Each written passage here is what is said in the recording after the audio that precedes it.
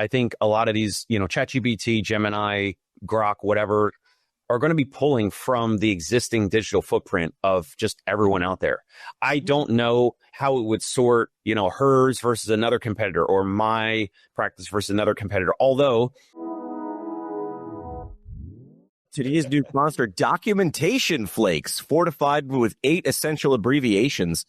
It's brought to you by Documentation Flakes, the only breakfast cereal clinically proven to increase your use of patient-tolerated wealth.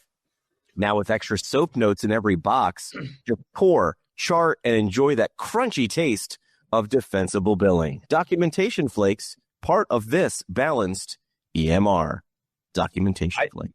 I thought there was another fake cereal called Charties. Like you're charting.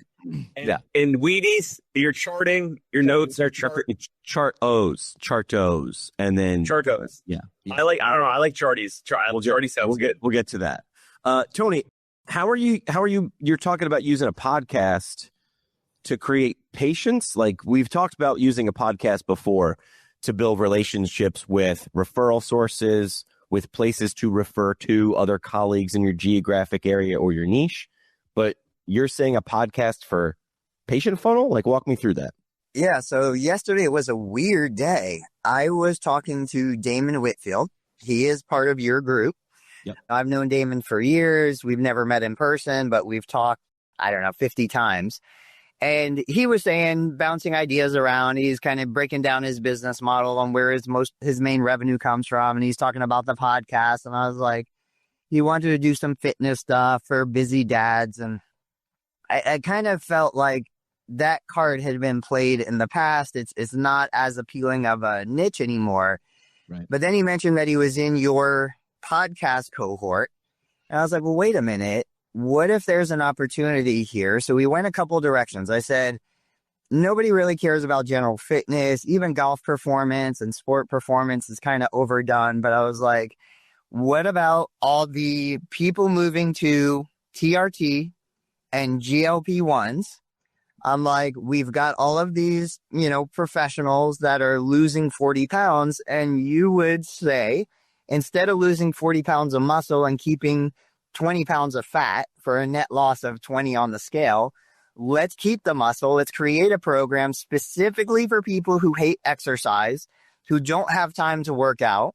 They're going to do the drugs, but they want to protect the muscle. And so we're talking about this as a program, as an idea. And I was like, well, wait a minute. If you're doing these podcasts anyway, why don't we make the podcast the 20-minute discovery call? Make the podcast the sales call so that you're interviewing that man. You're getting into all of these personal kind of deep insecurities that you're going to talk about anyway. Other people listening want to hear about it. And then at the end, it's, hey, we've got this program because I talked to so many guys just like you who are frustrated, who are, dealing with these things. You've done all the right stuff. It's not giving you the results. And here's the program if you're interested. The podcast interview is the opportunity to build the relationship and the rapport. And worst case scenario is it goes nowhere, but you get a great piece of content. Right. Best case scenario. So we talked about this. We ran through this idea. I want to hear you guys talk about it. And I swear that night, Jeremy Sutton messages me and he's like, hey, I don't know if I told you, but, and I don't remember the percentage, a pretty large percentage of the people that I interviewed on my podcast became clients. And I was like, wait a minute. Did you talk to Damon? What triggered this? Because I haven't talked to Jeremy Sutton in months. And then he comes out with this private message on the same day. I was like, crap.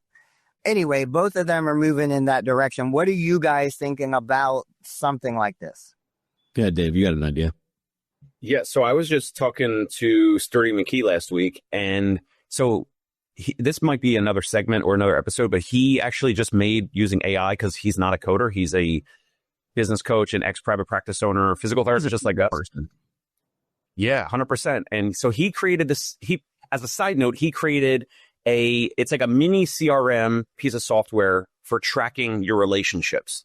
So it's really about, so if you go to if you guys want to, Sixer, I think it's Sixer HQ, Sixer as in like the 76ers. So SIXERHQ.com. I think that's the website.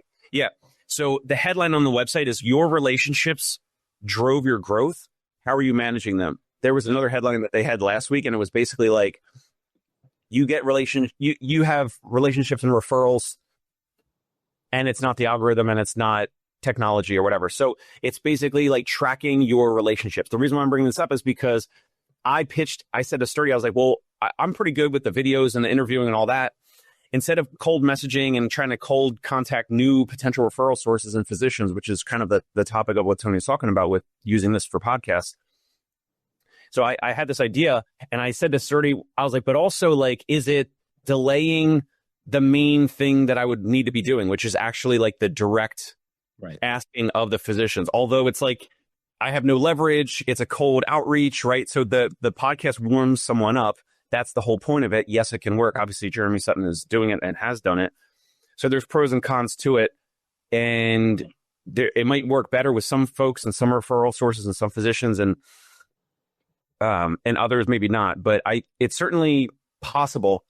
I initially thought that it would be great for me to do with nearby physician referrals. However, if you break it down, it is a little bit more of a roundabout way of trying to get more new patients, as opposed to like the direct offering, whatever, complimentary visits or asking like, hey, do you refer patients to physical therapy and all that? So I would love to hear Tony's or even Jamie's rebuttal on that, because there's pros and cons of it. But if we're looking to try to get more new patients and referrals, you could be going into the doctor's offices. You could be meeting the front desk folks. You could find out who's the person that's actually giving them the list of physical therapy places nearby. So it's a little bit more it's a longer play. And sometimes that might be good. Sometimes that might be slower. Those are some of the things to think about. Real quick, Jimmy, the only thing that I would say, Dave, maybe a little different than what you're thinking is, I'm saying you're interviewing the target that you want to be the client. We have talked on this show multiple times about interviewing the physician and kind of getting together with them and getting referrals from them. I'm more talking about, you are the ideal client. I'm going to interview you. I'm going to get your story. One, because it resonates with other ideal clients. And two, because I want you to be my client. I want you to put the money in my pocket. Let's go through this like hyper tactical, right? So right now we're recording the audio of these phone calls right now as game tape. We're also using the AI app that we talked about before for therapists to record. This is the patient sign off on it. It's on their intake to record the audio of their evaluation and all their follow-up visits as game tape to review. Hey, how can we get better? What's this? The AI gives us what's this patient's personality profile, their disc profile, how to communicate with them. It's incredible. Are you talking about, Tony, are you talking about recording just the audio phone call only for the podcast? Or are you talking about recording a Zoom call? Or what are some tactical ways to navigate this? Let's hear what Jimmy says. I would always do video and audio combined. I would always make it a Zoom call. So let me go to questions first. One, how are you finding these people? And then two, like, what's sort of the premise? Like, why are they doing this? Is this, hey, I have a podcast? Like, well, I like the idea so far. There's no reason not to like it. How are you finding them? And then what's the show look like? Like, how is it pitched to them? I would look at it as your boots on the ground. You're going through the internet.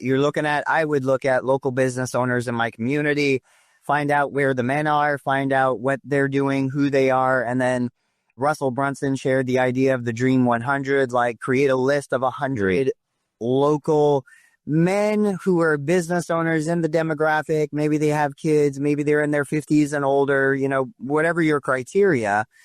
And then I would start an outreach campaign where I'm like, hey, I've got this local podcast. We highlight local business owners. We also talked about the business connection. Again, the BNI kind of program where, hey, we've got a chiropractor, we've got a dentist, we've got a mechanic, we've got a painter. But that's what I would do. I would look just through my Google Yellow Pages and start an outreach campaign like that. Got it. Understood. So this is, so Because if the first angle was find people who are on GLP-1s and make them ideal, there's no way to really know that from like sort of scanning the interwebs. So from that perspective, that goes to what Dave was saying, which we did talk about, like, who are the local docs who are pushing GLP-1s? Right. Let's get them on the show. Right. Pushing. Who are the TRT, business owners that are pushing the hormones? Let's get them on the show and kind of approach it from those two angles. So yes, still trying to get referrals from those guys, but then also trying to get direct to the potential client. Yeah. Yeah, to me, I mean, this is also sort of serendipitous. I got a message from someone I've known for 10 years, and she runs marketing for a series of 7 clinics. I forget why she even reached out, but I was like, hey, like, she's like, hey, you're like everywhere. You're doing videos and this and images, and like, where do you go to learn this? And I was like, well, why don't we sit down and you tell me your problem, and I'll show you 3 ways I would solve it, never saying that those are the best ways to solve it. And I'll record it, and it'll be a lesson that we'll do it for free. And then if someone watches it for 45 minutes and they come away with one nugget, like, I didn't know that app existed, or I didn't know you could do that, or yeah, that would be a better way, that will better workflow.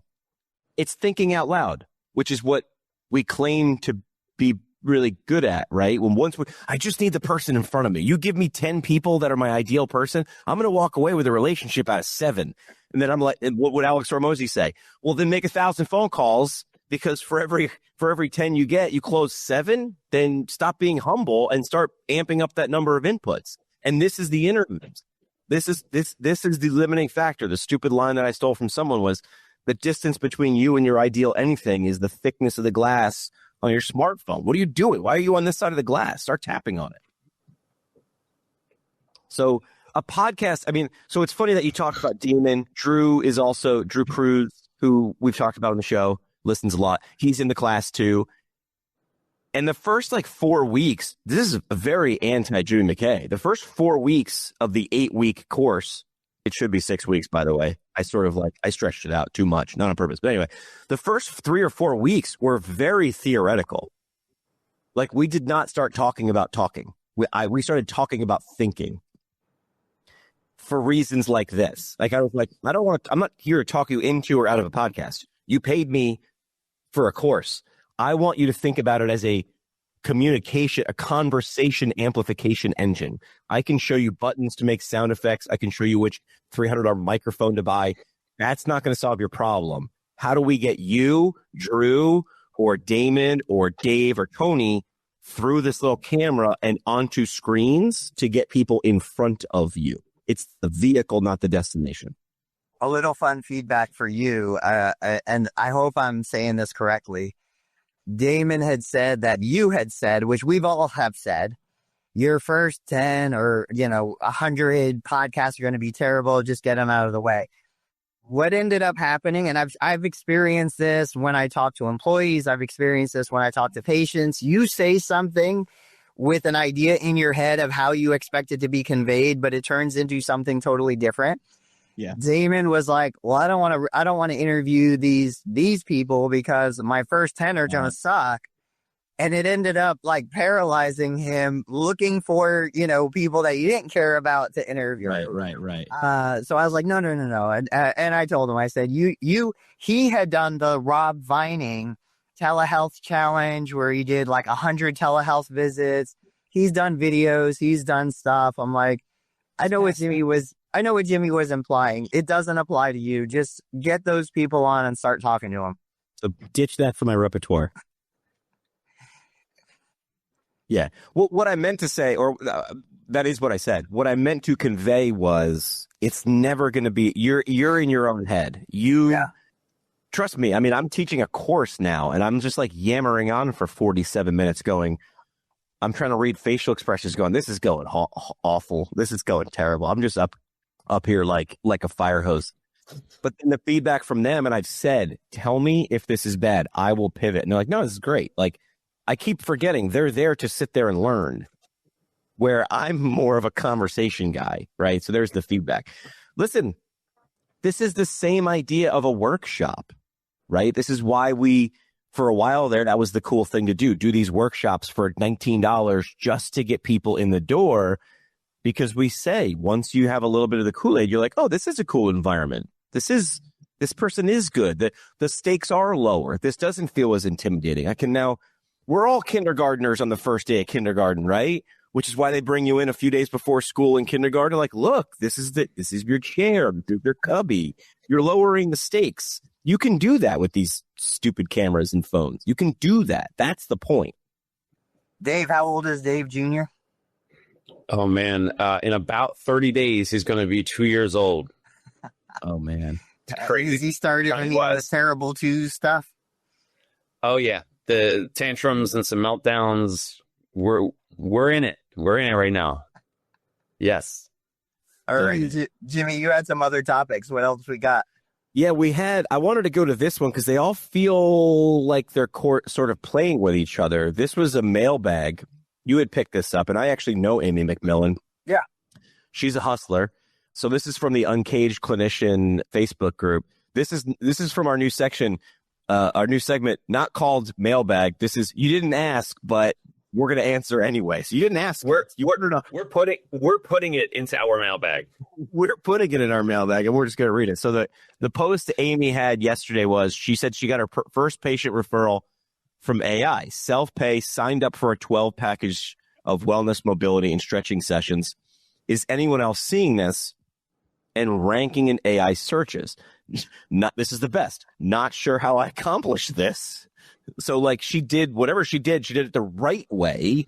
Now she's trying to figure out, how do I do more of the right things to get this result? So Dave, you've talked about this. You've experienced being the answer when someone asked AI. Did you ever figure out like more of what you could be doing?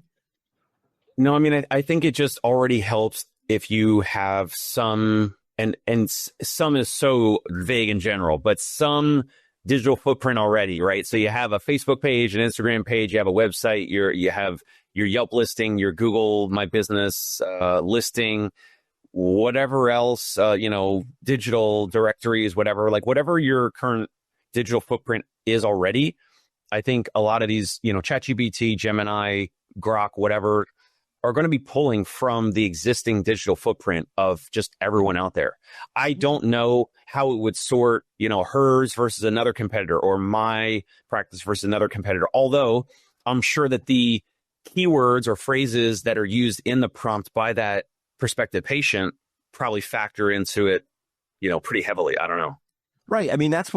Someone please, I'm begging, correct me if I'm wrong, because I think I'm on, first base in terms of AI, but large language models are based on lots and lots of language being dumped into it so it can learn.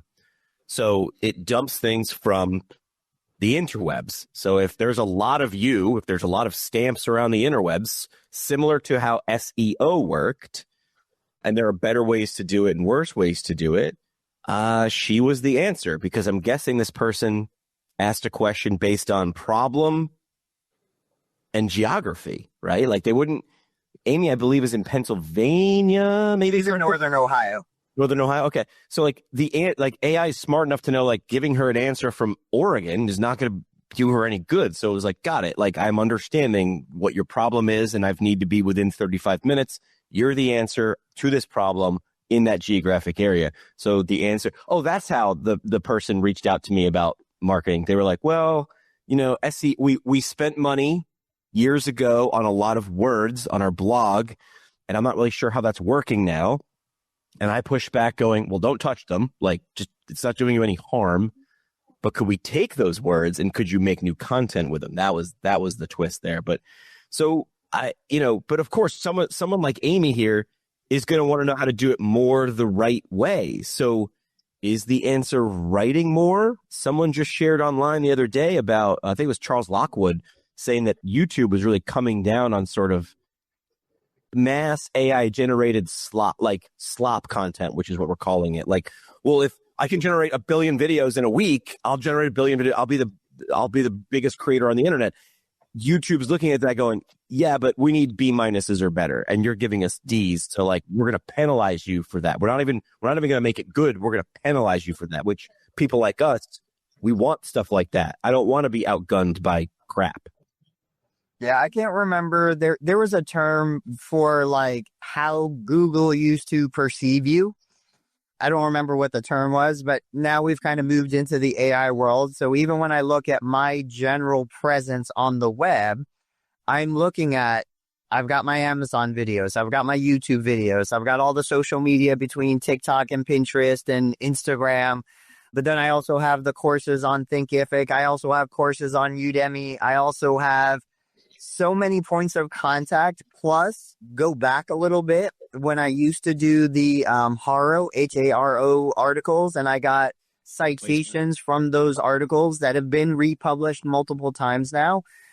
It makes it virtually impossible for search engines, AI search, any of those tools not to start to pull together some sort of idea about who Anthony Meritato is. You know, and if you're not doing any of it, I mean, you can't sit there and complain and say, well, how am I supposed to get in front of my ideal client? Well, you're hiding from your ideal client. You're doing everything in your power not to get in front of your ideal client. Right. It's sort of like that, you know, whenever there's a spy movie and there's a bad guy and they get facial recognition and they're like, I want to know everything about this guy. And then the team is like in the background and they're pulling up a profile. They're looking everywhere to like sort of put together a brief, a bio, and like, who is this person? And when there's lots of stuff about you and it seems net positive, right? All around these topics, right? Like if someone said, how's Jimmy McKay at fixing transmissions?